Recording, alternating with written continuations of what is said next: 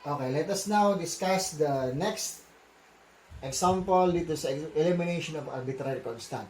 This will be the last two example dito sa elimination of arbitrary constant. Let us solve. Find the derivative of x squared plus 2y or plus 2xy is equals to c. Ito example number 3. Example number 4 will be find the derivative or the differential equation of y is equals to sine of x plus c over sine of x. So, dito, meron lang tayong isang arbitrary constant. Pag isang arbitrary constant, ibig sabihin nun, isang beses ka lang din mag-differentiate. Okay? At ang kagandahan nito, naka-isolate na yung arbitrary constant mo na c. Kasi, mas maganda pag yung arbitrary constant mo na c, nakahiwalay na dun sa mga term. Kasi pag dinifferentiate mo yan, the derivative of a constant is 0. So, tanggal agad yung arbitrary constant natin. Ibig sabihin, sa unang pag-differentiate mo pa lang, first derivative pa lang, tanggal na agad yung constant mo. Let us proceed now. So, itong first term, x raised to 2. Di ba, ang derivative nun, yung may exponent, is the derivative of u raised to n is equals to yung u multiply mo dun sa term, n times u, and yung exponent niya, bawasan mo ng 1, diba? Raised to n minus 1, then the derivative of u. Itong u na to. Okay. Yung second term naman, derivative of a product tayo, x and y. Ito naman, ang dependent variable natin dito will be y, ang independent variable natin will be x. So, derivative of product, here, sinulat ko na rin, derivative of uv is equals to first term multiplied by the derivative of the second term plus second term multiplied by the derivative of the first term, or u dv plus v du. Gusto nyo na-memorize. So, let us solve. So, the derivative of the first term, ito. So, meron kang n is equals to 2. O, multiply mo na, that is n. Or 2 times x, or un mo, diba? U raised to n, and u. Okay? 2 times x, then n minus 1, yung exponent mo. This is 2 minus 1. And multiply by the derivative of x. Derivative of x. Okay, dx mo na lang. Okay? Plus. Ilabas mo yung numerical coefficient. So, then, i-differentiate mo yung x and y. So, here, ang derivative ng x and y, dito ba i-solve sa baba? Okay? The derivative of x and y, this is equals to, what is your u here? Your u I will assign as x. Yung v, I will assign as yung value mo ng y. Okay? So, find the derivative of u. Derivative of u is simply the derivative of x. Diba? Derivative of v is equals to the derivative of y. Diba? Ganun lang ka-simple yun. So, this is equals to u dv plus v du. So, hanapin mo yung what is the value of your u. What is your u? Your u is x. So, x multiplied by the derivative of the second term, or dv. Diba? dv. What is your dv? That is dy. Isulat ko dito ano? Derivative of u v. Para dito na lang ako kumuha ng reference. D at u and v is equals to u dv plus v du. Yan, meron tayong u. Your u is equals to x, di ba? U is equals to x multiplied by dv. dv is dy. Multiply this by dy. Plus v. What is your v? Y. Then multiply by the derivative of u. What is your u? U is, derivative of u is dx. Multiply this by dx. And what is the derivative of the constant? Derivative of a constant is 0. Differentiate mo na. Simplify natin. Distribute natin yung 2 inside dito sa parentheses at simplify natin yung exponent niya. So, this is now equals to 2x raised to 1, or simply 2x multiplied by dx plus distribute. So, this is equals to 2x dy plus 2y dx. and this is equals to 0. So, if you notice, meron tayong dy saka dx sa term. So, di ba? Yung derivative natin, di ba ang derivative natin is dy over dx, di ba? Derivative natin is dy over dx, or this is the same as first derivative or first prime. Di ba? Katulad yan, ganyan din. Dy over dx is equals to, or just the same as y prime. So, hanapin natin yung paano ka magkakaroon ng dy over dx dito. So, therefore, dapat i-divide mo lahat siya sa dx. Kasi meron ka ng dy, ano? Kung i-divide mo siya sa lahat, yung left side, tapos yung right side ng dx, magkakaroon tayo ng dy over dx. Diba? I-divide natin lahat ng term. Okay? Divide lahat ng term. So, divide natin to ng dx, lahat ng term, or both side. Bawat term ko na i-divide kasi ganoon din naman eh. You will divide both side by dx. So, i-distribute mo rin lang naman yung dx mo. So, divide both side by dx, divide lahat ng dx, pati yung 0 mo, divide mo siya ng dx. Okay? So, kung makapansin nyo, tanggal na yung dx over dx. So, this is 2x. Ang matitira dito is 2x. Ang sagot dito sa middle term mo is 2x dy over dx. Diba?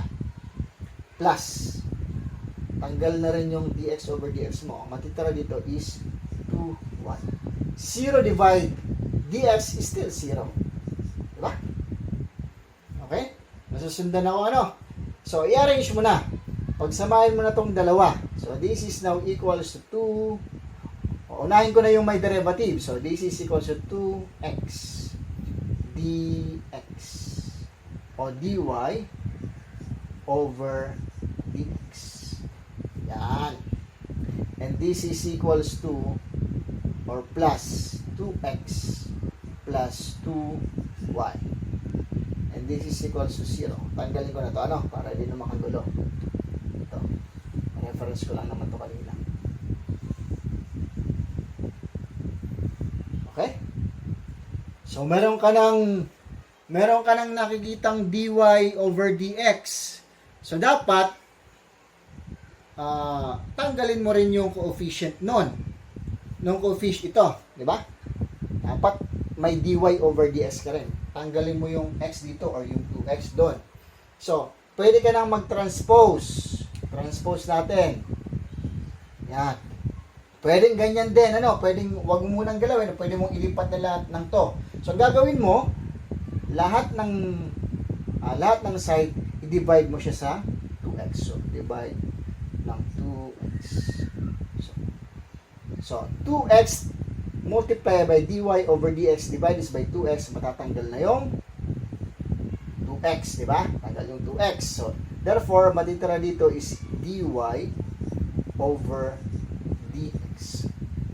2x divided by 2x. So, magkakaroon ka ng 1. Di ba? 2x over 2x is equals to 1. 2x divided by 2x is equals to 1. Ito naman, plus 2y divided by 2x.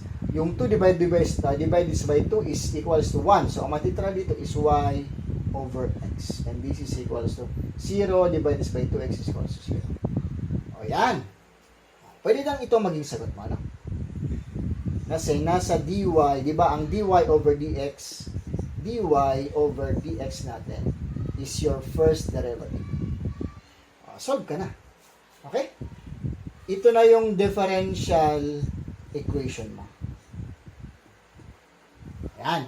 Kasi nasa status na siya na may derivative. Okay? Hopefully, naintindihan yung example ko. Next. Example number 4 tayo. Ito may trigonometric function. Trigonometric function na sine. So therefore, yung derivative ng sine ang magagamit natin dito. At tingnan niyo yung constant. The constant may kasama siyang trigonometric function. So, para mas madali ka ako yung pag-differentiate ng constant, para masiro agad, kailangan mo i-isolate yung constant mo, tanggalin mo yung kasama niya. Ano? Tanggalin mo. Therefore, para matanggal yung kasama niyang sin x na kasama ng arbitrary constant mo, kailangan mo siya i-multiply ng sin of x. So, therefore, at isa lang yung arbitrary constant natin kasi ay ibig sabihin nito, isang beses ka lang naman din dito mag-differentiate. So, let us now solve. Let us isolate first yung c. So, this is equals to y. I-write ko muna. Sin of x plus c over sin of x. So, multiply mo both side by sin of x. So, sin of x times y is equals to y sin of x.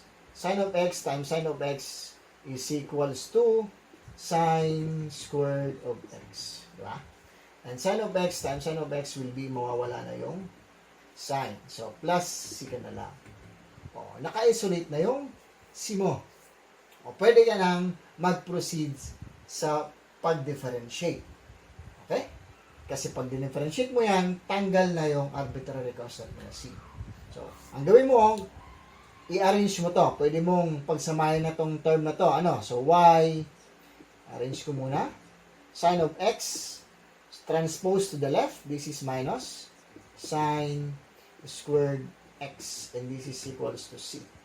O, pwede ka namang differentiate. Differentiate now. Okay? Ito, u and b. Parehas lang yung kanina, ano? O, dito ko isolve. The derivative of this, dito ko isolve. The derivative of y and sin of x. So, here, ang ibig sabihin, derivative of product ulit tayo.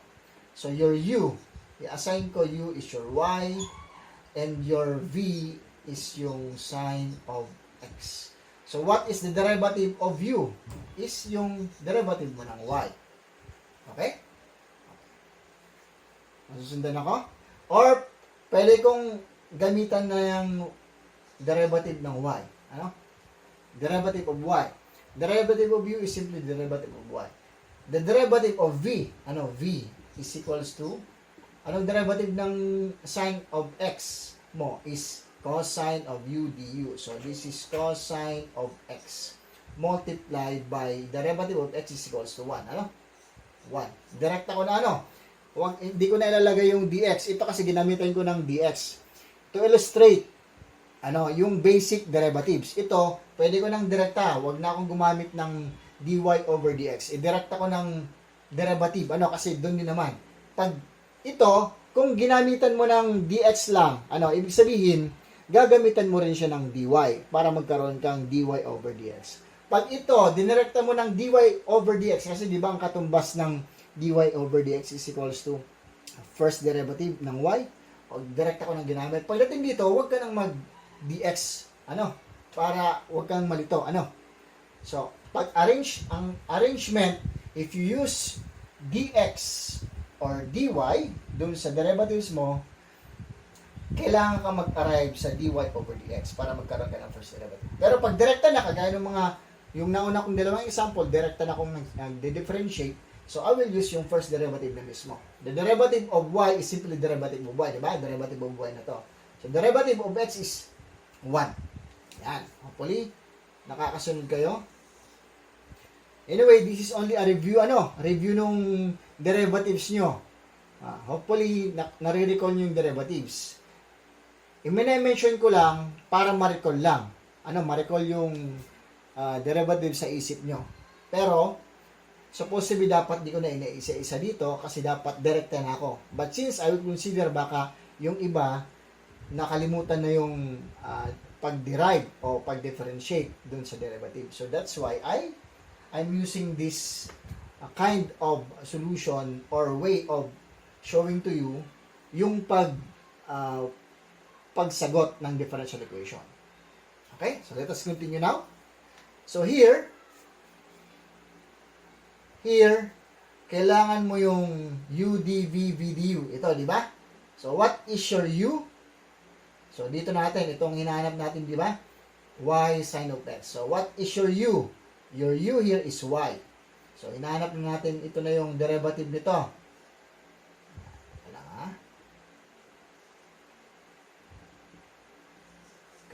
This is your derivative. Yan. So, u is your y. Your dv is cosine of x. Okay?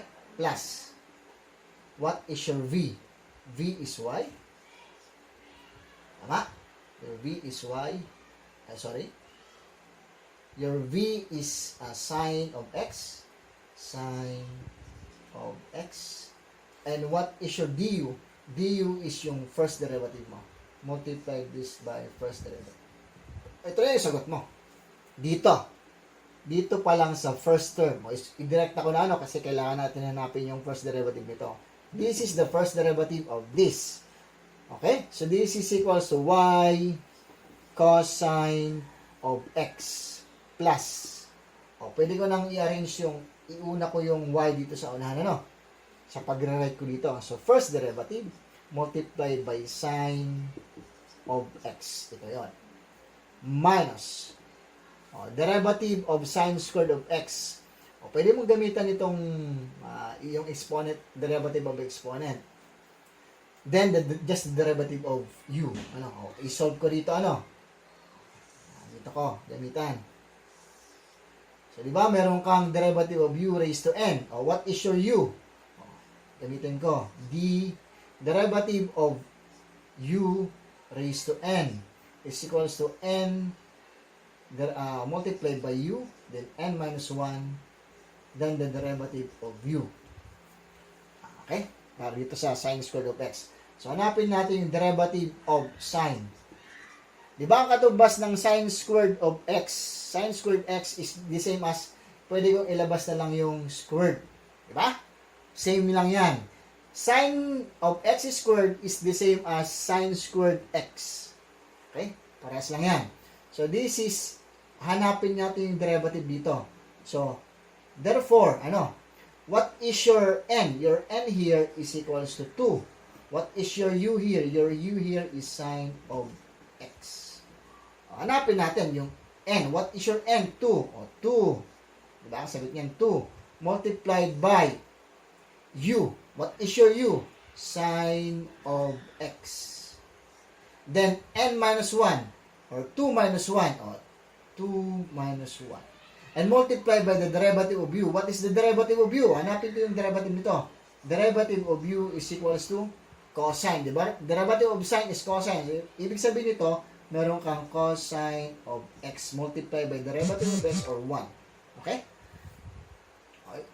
Isa mo muna dito. Multiply by the derivative of u. Ito. Derivative of u is simply cosine of x. Yan. Separate ko lang ito.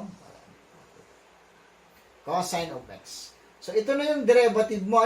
Isulat ko dito sa baba. So, ang derivative ng sine x squared or derivative ng sine squared of x is equals to 2, ito yon, sine of x raised to 1 na lang, 1 na. So, ibig sabihin 1. Tanggalin ko na yung exponent na 1. Then, multiplied by cosine of x. Ito yung derivative niya. Ito ang derivative nito. So, isulat ko na lang dito. Isulat ko na lang dito. So, here, teka lang saan ako dito? Minus. Ito na tayo, Ito dito to. Dito na ako. Minus the derivative of sine squared of x is equals to 2 sine of x cosine of x. Yan. Derivative of constant is equals to 0. Okay? Derivative of constant is equals to 0. Yan. Andito na tayo sa status ng may first derivative ka na. Mag-arrange ka na lang. Di ba? I-arrange mo na lang yung equation. So, let us simplify first. So, pagsamahin mo yung mga magkakaparas na term kung gusto mo para mas madali. So, i-separate ko na yung first derivative dito. First derivative, sine of x, then plus y cosine of x. Distribute the sign. So, tanggalin ko lang yung bracket niya kasi negative na dapat to. Sine or 2 sine of x cosine of x is equals to 0. Yan. So, ano ba yung principle natin? Dapat wala siyang coefficient, wala siyang kasama yung derivative mo. So, therefore, kailangan mo tanggalin yung sign dito. Di ba? Tatanggalin mo yung sign. So, divide both side by sign. Divide both side by sign. So, di-divide mo to ng sign of x. Divide mo to ng sign of x. Divide mo to ng sign of x. Divide mo rin yung 0 ng sign of x. Okay? Then, proceed dun sa pag-simplify. This is 0 na, or 1. So, ang matitira dito is yung first derivative. Cosine over sine. Diba, ang cosine over sine, dun sa trigonometric function natin, is cotangent. Kasi ang sine over sine, tandaan ano? Tanggalin ko na to ano? Anyway, recorded naman to, pwede yung screenshot na lang. Kasi nagamit ko naman na to. Para maklear up ko lang tong part na to. Yan. Tanggalin ko na to. Recorded naman. Okay? Divide to lahat. Ano? Both side by sine of x. Okay? Kasi gusto kong illustrate ito para ma-recall kayo. Yung cosine over sine, dun sa trigonometric identities natin, cosine of x divided by sine of x is equal, this is equivalent to cotangent of x. Diba? So, palitan mo to ng cotangent. So, plus y cotangent of x. Okay? Minus. O, cancel out yung sine. Okay? O, magiging sine divided by sine is 1. So, remaining here is 2 cosine of x. And this is equal to still 0. 0 divided any number will be, or 0 divided by sine of x is equal to 0. Ayan. So, okay na yung derivative mo. So, therefore, this is already your differential equation. Okay? I hope nakakasunod lahat.